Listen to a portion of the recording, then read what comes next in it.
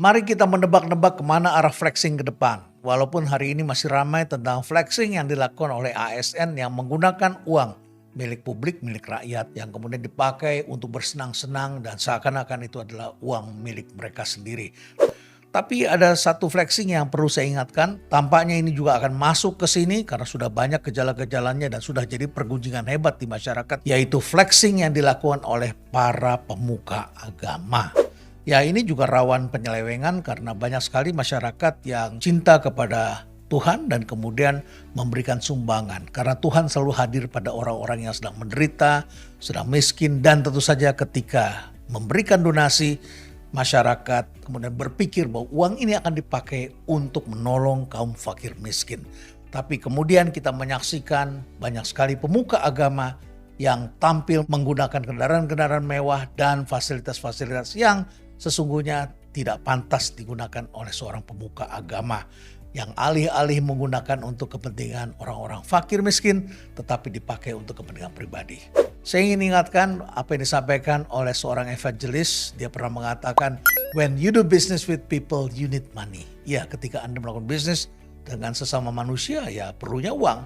Tetapi ketika Anda melakukan bisnis dengan Tuhan, ketika Anda mempunyai urusan dengan Tuhan, Anda membangun hubungan dengan Tuhan, apa yang Anda perlukan itu adalah faith, keyakinan, kepercayaan, ya sesuatu yang bersifat iman. Oleh karena itu dikatakan ya Anda menjadi orang yang sangat spesial sekalipun Anda belum melihat Tuhan tapi Anda mempercayai kehadiran dan keberadaan Tuhan. Kemudian evangelis ini mengatakan faith is the currency of the kingdom of God.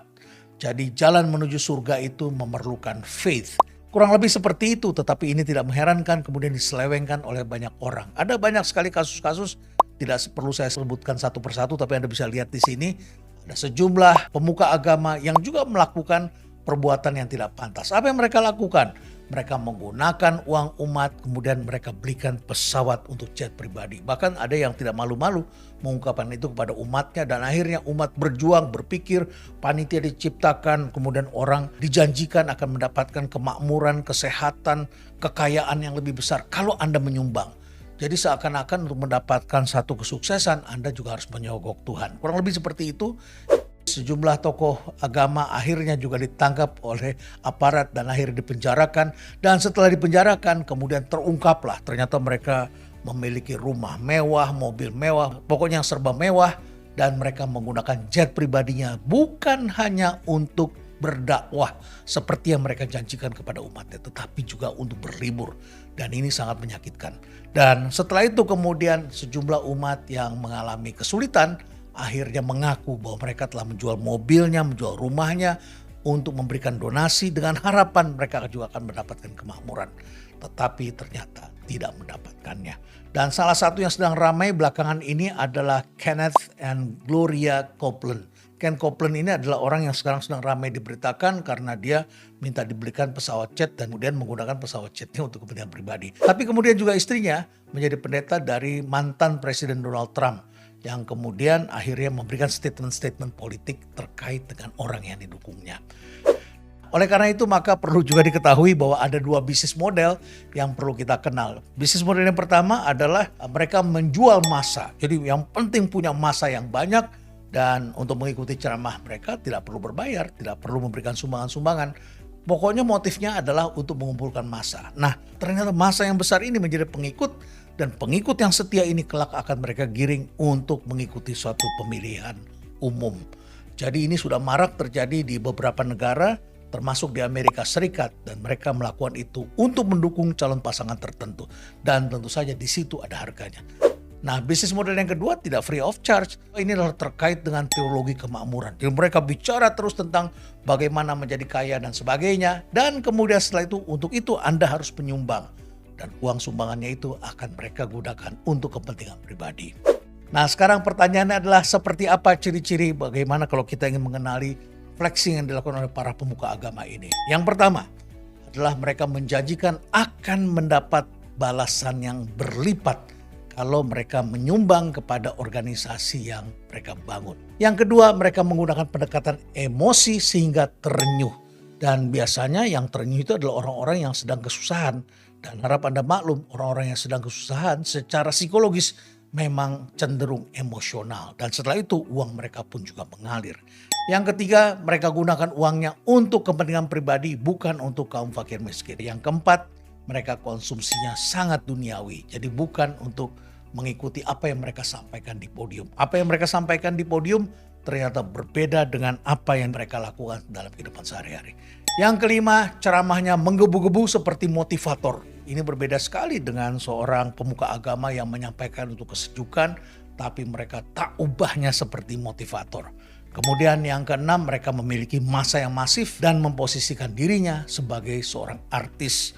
Ya, mereka mengartiskan diri sehingga kita lihat pakaiannya udah mirip-mirip artis, dan akhirnya barang yang mereka beli bergaya hidup seperti artis pula.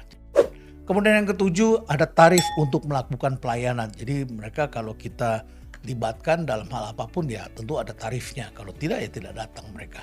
Kemudian yang kedelapan, mereka menjual ayat sesuai dengan kepentingannya. Apakah itu ayat sedekah dan kekayaan, kemudian ayat politik, ayat pemimpin, ayat jodoh, ayat permusuhan dan lain sebagainya. Ini bisa sesuai dengan pesanan. Yang kesembilan, mereka mengaku-ngaku dapat mimpi, dapat ilham, dan Tuhan bicara kepada mereka, dan mereka merasa dapat petunjuk dari Tuhan. Jadi seakan-akan Tuhan itu ada di dalam mereka.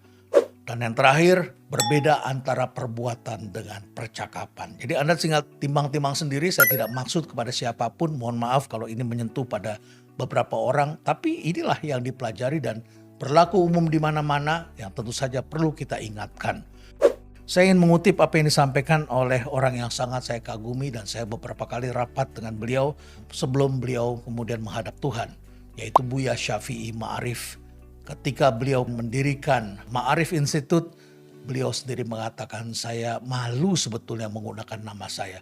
Tetapi dia mengatakan bahwa hidup dia belum seberapa dibandingkan dengan tokoh lain di Muhammadiyah, yaitu Pak A.R. Fakhrudin.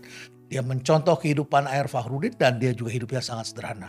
Pak A.R. sudah pernah saya ceritakan kepada Anda ketika dia menjadi pimpinan Muhammadiyah sampai di akhir hayatnya. Dia bahkan tidak mempunyai rumah. Dia bahkan harus hidup dengan berjualan bensin di depan rumahnya. Kemana-mana tetap bersepeda. Bahkan pernah diberikan mobil baru oleh pimpinan satu perusahaan dan dia menolak. Nah, tokoh-tokoh sederhana ini makin hari semakin jarang kita saksikan. Dan di dalam salah satu kitab suci yang saya baca, saya mengutip sebuah kata-kata yang sangat penting. Cinta uang adalah salah satu akar dari berbagai kejahatan. Nanya ini kita renungkan. Atau kalau Anda suka yang lebih populer, barangkali Anda perlu juga menonton film yang berjudul P.K. Ini adalah film India. Di dalam film itu disebutkan ada dua jenis Tuhan. Yang pertama adalah Tuhan yang menciptakan manusia. Lalu yang kedua adalah Tuhan yang diciptakan oleh manusia. Agar semua orang datang ke sana dan muka agama tertentu ini kemudian menjual Tuhan untuk kepentingan pribadinya. Flexing seperti ini perlu kita ingatkan agar tidak terjadi dan menimbulkan rasa frustasi di antara mereka yang percaya kepada Tuhan. Tetaplah percaya pada Tuhan karena Tuhanlah sumber dari segala sumber, kekuatan dari segala kekuatan, yang maha dari yang maha. Stay relevant.